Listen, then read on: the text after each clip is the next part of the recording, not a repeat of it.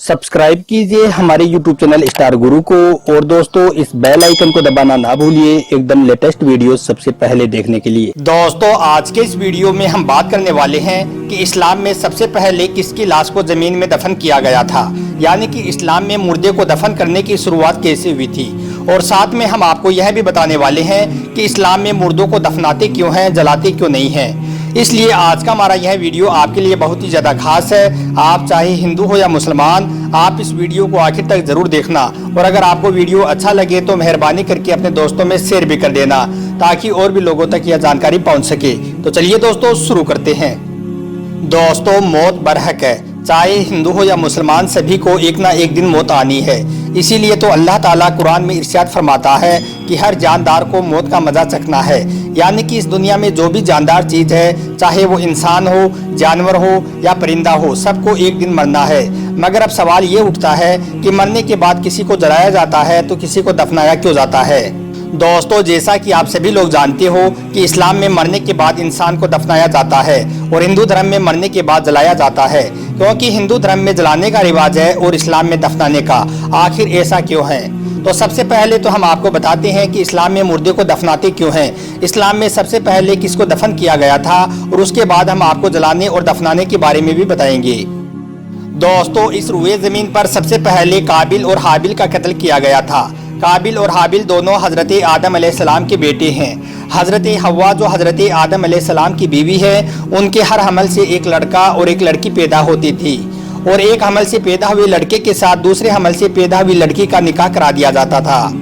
दोस्तों इसी दस्तूर के मुताबिक हज़रत आदम अलैहिस्सलाम ने काबिल का निकाह औज़ा के साथ जो हाबिल के साथ पैदा हुई थी उसके साथ काबिल का निकाह करवाना चाहा, मगर काबिल इस पर राजी नहीं हुआ, क्योंकि अकलीमा जो काबिल के साथ पैदा हुई थी वह बहुत ज़्यादा खूबसूरत थी। इसलिए काबिल अकलीमा से निकाह करना चाहता था, यानी कि काबिल को अकलीमा अच्छी लगती थी।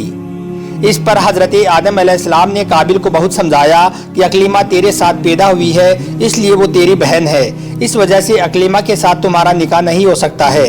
मगर काबिल इस पर राजी नहीं हुआ और वो अपनी जिद पर अड़ा रहा और उसने इस बात की जिद कर ली थी कि अगर वह निकाह करेगा तो सिर्फ अकलीमा के साथ निकाह करेगा। दोस्तों इसी जिद और हसद की बुनियाद पर काबिल ने हाबिल का कत्ल कर दिया।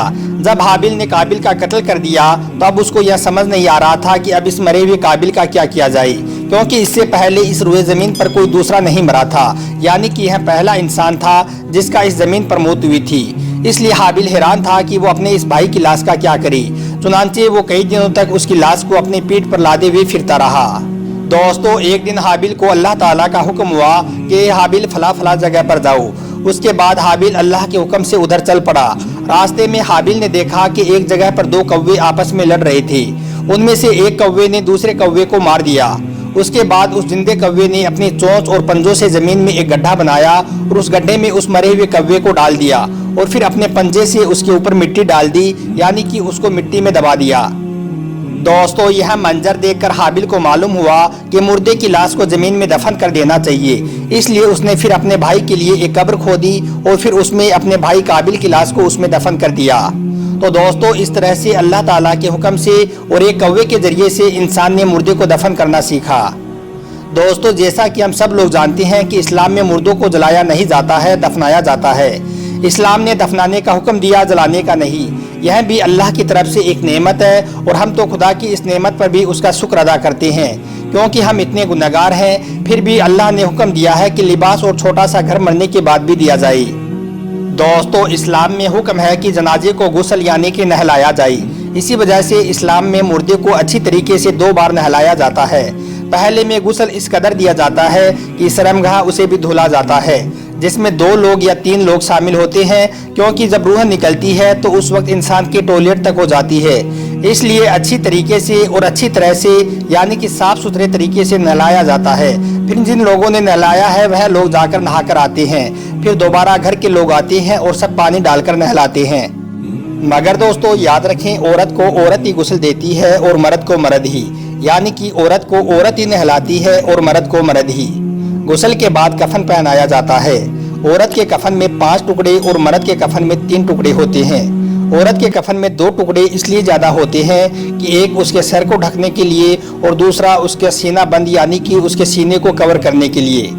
मगर अफसोस है उस मुसलमान औरत पर जो जिंदगी भर अपना सर और सीना खुला करके चलने में फख्र महसूस करती है, लेकिन मरने के बाद अल्लाह ताला इन दोनों चीज़ों को ढकवा कर अपने पास बुलवाता है।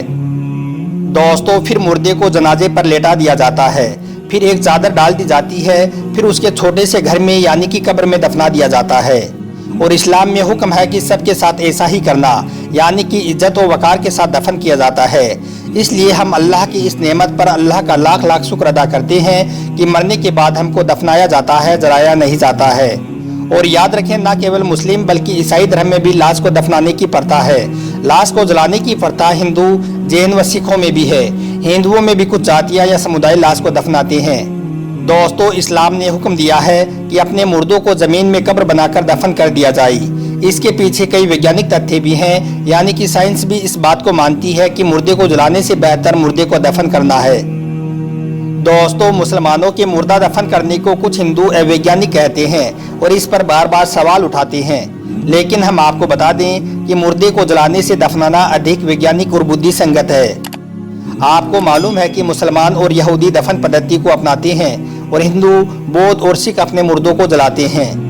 दोस्तों, पूरी दुनिया की आबादी के बहुसंख्यक लोग अपने मुर्दों के लिए दफन पद्धति को अपनाए हुए हैं। विज्ञान प्रमुख और प्रभुत्व वाले यूरोप और अमेरिका में जब दफन पद्धति प्रचलित है तो यह कहना कहां तक उचित है कि इस पद्धति से वायु और जल प्रदूषण होता है। दोस्तों, मुर्दे के जलने से बचे हुए अंग को जल में फेंक देने से जल प्रदूषित होता है। अधिकतर शव जला ही रहता है। इस महंगाई के युग में हिंदू पद्धति का शवदाह असंभव है।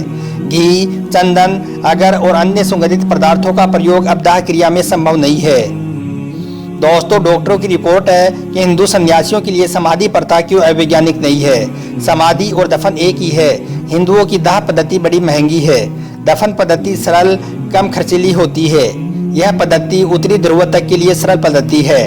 ठंडवासी कैसे हिंदू पद्धति से अपने मुर्दों को जला सकते हैं? इतिहास के अनुसार मुर्दों को गाड़ना मूल पद्धति है।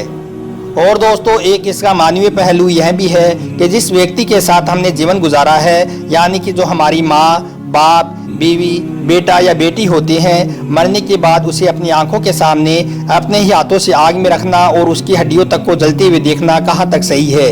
इसलिए मुर्दे को जलाने से बेहतर दफनाना सही है। आपको यह जानकारी अच्छी लगी हो तो आप इस वीडियो को दिल से एक लाइक करके अपने दोस्तों में शेयर भी कर दें, ताकि ज़्यादा से ज़्यादा लोगों तक यह जानकारी पहुँच सके। आपका वीडियो देखने के लिए बहुत बहुत शुक्रिया।